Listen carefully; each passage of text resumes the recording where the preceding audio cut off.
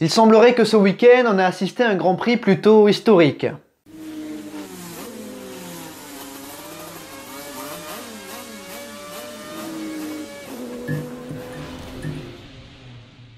La France a remporté sa 81e victoire en Formule 1 grâce à Esteban Ocon qui rentre aujourd'hui dans l'histoire. Tout comme Alpine Renault qui décroche sa première victoire en Formule 1. Et évidemment, il fallait que ça arrive la semaine du décès d'une légende d'Alpine Renault, Jean-Pierre Josso. C'est un très bel hommage. Mais ce week-end, il n'y avait pas que la Formule 1. Bienvenue dans ce nouveau débrief Sport Meca. Avant de commencer, je tiens à rendre hommage au commissaire de piste qui a été tué à Brandzach ce week-end lors d'une course de TCR. Immense respect à ces hommes et femmes qui majoritairement sont bénévoles et qui permettent au sport auto d'exister. Sans eux, pas de course. Je sais que certains d'entre vous sont commissaires de piste et c'est un réel plaisir d'échanger avec vous sur les circuits, donc merci à vous tous.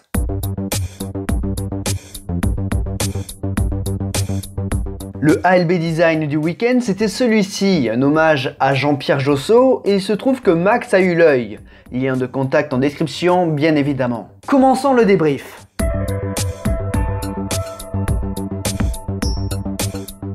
La première des 3 manches de l'Intercontinental GT Challenge a eu lieu ce week-end à Spa-Francorchamps, les mythiques 24 heures de Spa. Malheureusement, cette course a commencé avec une énorme frayeur au sommet du Raidillon avec un énorme accident impliquant Jack Aitken, Franck Pereira, Davide Rigon et Kevin Estre. Rigon et Aitken ont été transportés à l'hôpital et sont ressortis avec quelques contusions et fractures. C'est un bilan plutôt positif au vu de la dangerosité de l'accident. Il y a eu des rebondissements, du beau temps et évidemment de la pluie. La victoire s'est jouée dans les dernières minutes de course où la Ferrari du team Iron Lynx pilotée par Pierre Guidi, sur un rythme supérieur, a pris la tête à la Audi du team WRT pilotée par Dries Vanthoor. Le tout à l'extérieur à blanchiment. Une manœuvre magnifique. C'est donc Alessandro Pierguidi, Niklas Nielsen et Comme Ledogar qui remportent l'épreuve. La Audi du team WRT est donc deuxième et troisième on retrouve l'Aston Martin de Garage 59. C'était une belle édition.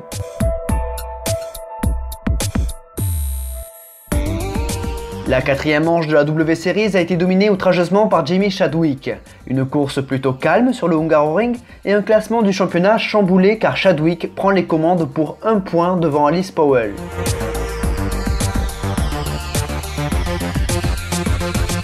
Ce week-end, la Formule 3 a été vraiment compliquée pour les Français. Clément Novalak a difficilement lutté pour le top 5, Rechad De Gerus continue son apprentissage et Victor Martins s'est passé à côté de son week-end. Mais à sa décharge, toute l'équipe MP Motorsport est passée à côté de son week-end. La première course a vu une belle bataille entre Johnny Edgar et Lorenzo Colombo. Malheureusement pour le pilote Red Bull, sa voiture l'a lâché et Colombo a pris la tête de la course. L'un des favoris du championnat sera aussi malheureux. Frédéric Vesti devra également abandonner sur problème mécanique. Colombo s'impose donc mais sera déclassé un petit peu plus tard et c'est le champion F4 FFSA 2020, Ayumu Iwasa, qui hérite de la victoire. Frayeur au départ de la deuxième course pour Victor Martins qui s'est retrouvé scotché sur la grille. Nannini et Fittipaldi ont animé le début de course et c'est l'Italien qui prendra les devants. Derrière, Denis Sauger a fait sa remontée et nous a offert du spectacle. Nannini s'impose devant Fittipaldi et Stanek. Arthur Leclerc a décroché la pole position et partait donc depuis la première place le dimanche. Sur une piste humide, le départ était lancé et Leclerc a résisté tant qu'il a pu à son équipier Denis Sauger. Mais cette année, le Norvégien est un cran au-dessus et a pris la tête de la course à la moitié de l'épreuve. La fin de course s'est effectuée sous safety car à cause de l'accident entre Cohen et Todt. Victoire donc de Denis Sauger devant Arthur Leclerc et Jack Doohan. Le Norvégien augmente son avance indécente au championnat devant Doohan et Ollie Caldwell. Novalak devient le premier Français du championnat.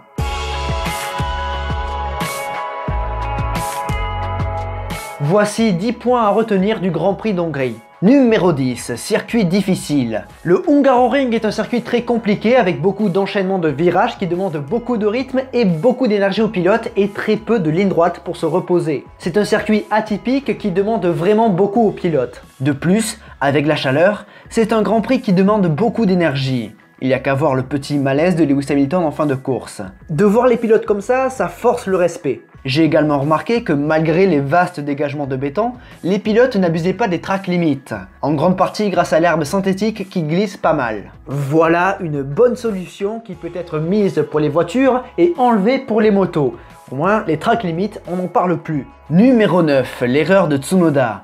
Yuki a pas mal compromis son week-end, et ce dès la première séance de roulage en partant à la faute.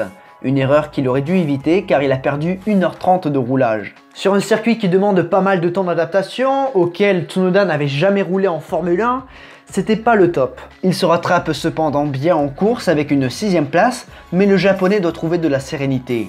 Finalement, c'est un petit peu comme Mick Schumacher. Numéro 8, le carambolage du départ. 400 mètres de course ont suffi pour tout chambouler. Bottas et Stroll ont fait une petite erreur au freinage et ont créé une réaction en chaîne en portant Norris, Verstappen, Perez, Leclerc et Ricciardo. Les deux pilotes écoperont de 5 places de pénalité à Spa.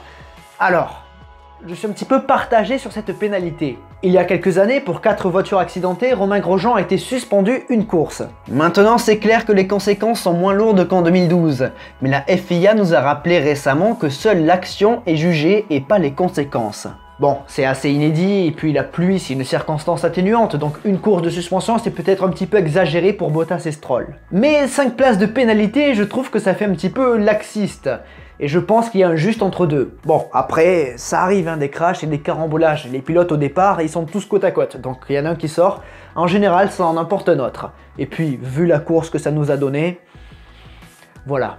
Numéro 7, la combativité de Verstappen.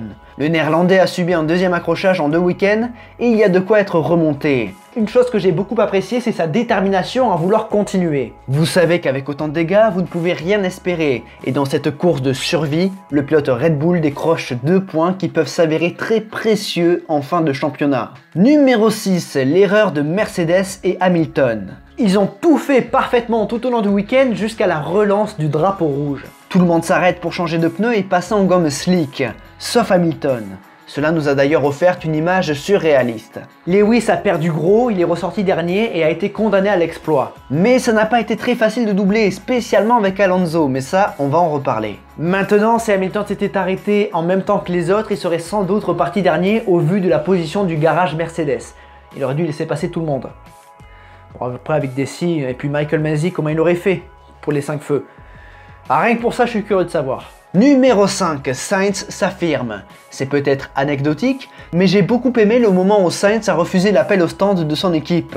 Il était derrière Tsunoda et Latifi lorsque son équipe l'a appelé, mais l'Espagnol, confiant, a catégoriquement refusé. Il estimait avoir plus de rythme et il ne s'est pas trompé. Cette parole lui a ouvert le chemin du top 5 qui aurait été plus difficile s'il avait suivi les consignes de son équipe. C'est rare aujourd'hui de voir les pilotes s'affirmer comme ça. Sainz fait une très bonne saison chez Ferrari et cette 4ème place s'est transformée sur tapis vert en un mérité 4ème podium en carrière. Numéro 4, Williams retrouve les points. C'est l'autre belle histoire de ce week-end. Cette équipe mythique de la Formule 1, en difficulté depuis plusieurs années, a retrouvé brillamment le chemin des points. Latifi a même été longtemps 3ème avant de redescendre 8ème. Il a eu du nez lors du carambolage de 18ème à 6ème. Russell, lui, était ressorti 2ème au départ, mais naturellement a dû laisser passer ses adversaires. Il les avait doublés par la droite dans les stands et il a bien réagi. George a été très ému de décrocher ses premiers points avec son équipe. Dans cette équipe, l'aspect humain est vraiment essentiel et après 3 saisons d'efforts, ils sont enfin récompensés. Les deux pilotes Williams peuvent être très fiers. Numéro 3, Vettel la menace. Sébastien a été bon tout au long du week-end. Qualifié en Q3, il semble avoir pris la mesure de Lance Stroll. Lui aussi a eu du nez au départ et s'est retrouvé en position de gagner la course. Sébastien a mis la pression à Esteban Ocon durant 67 tours, c'est énorme. Il était un petit peu plus rapide mais il a fini 2ème. Vettel a beaucoup poussé durant cette course et il a payé très cher. À la fin de la course, il ne restait plus assez de carburant dans le réservoir pour faire un prélèvement obligatoire. La FIA a donc décidé de disqualifier Sébastien Vettel. C'est dur, ça fout la rage. Franchement, pour ça, c'est dommage. Numéro 2, le métier d'Alonso. Pour sa première course dans la quarantaine, Fernando a brillé par sa hargne et son expérience. Une course très bien menée qui est en partie responsable du succès de son équipe. Alonso a forcé le respect en résistant longtemps à Lewis Hamilton sur sa Mercedes. Je pense que beaucoup de pilotes peuvent s'inspirer de sa défense. Il a été dur tout en gardant du respect. Aucune manœuvre n'était pas correcte. Du très grand art. De plus, les images du Tour d'Honneur et du Parc Fermé sont très classe.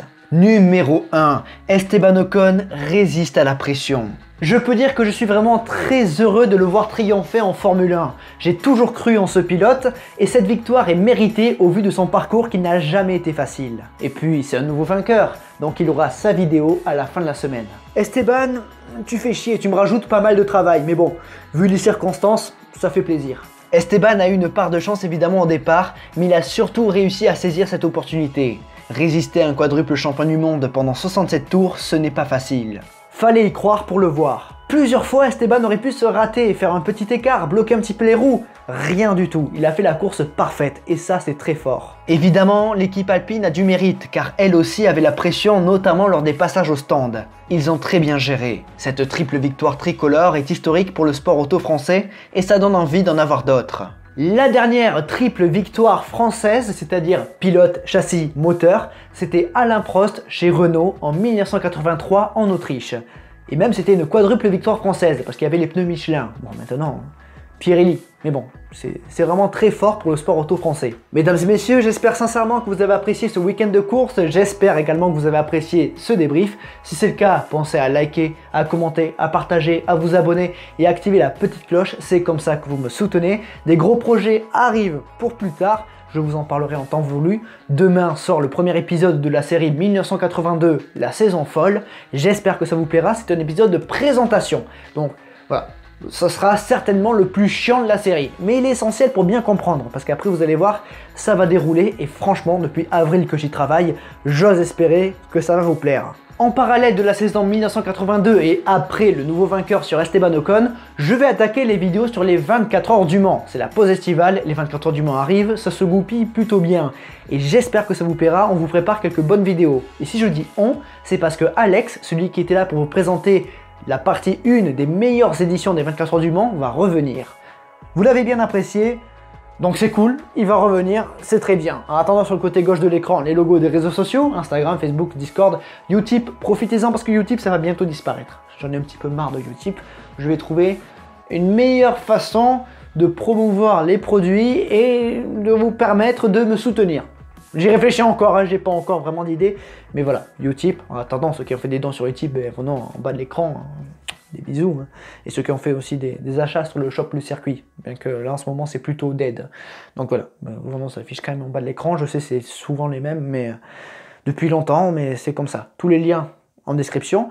Surtout, n'oubliez jamais, le plus important c'est de continuer d'aimer le sport auto, continuer d'aimer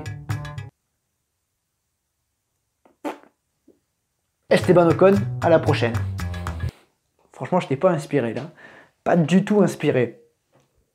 Continuez d'aimer le sport auto, continuez d'aimer la Formule 1, le Grand Prix d'Hongrie, ouais peut-être, je sais pas. Putain, j'ai la séquère. Fait chaud dans ce studio quoi, c'est des mousses acoustiques, ce sont des mousses thermiques quoi, carrément. Bref, c'était cool de voir Esteban gagner. Ouais, moi ça me fait vraiment plaisir. Mais je crois avoir compris que vous êtes nombreux à avoir aimé. Et puis, ce qu'il y a de bien, personnellement, alors je me jette un peu des fleurs, mais dans la vidéo, c'est quoi le problème avec Esteban Ocon? J'ai dit que ça irait mieux à Silverstone et que la Hongrie c'était son circuit fétiche. Je suis content. Très content. Allez, des bisous.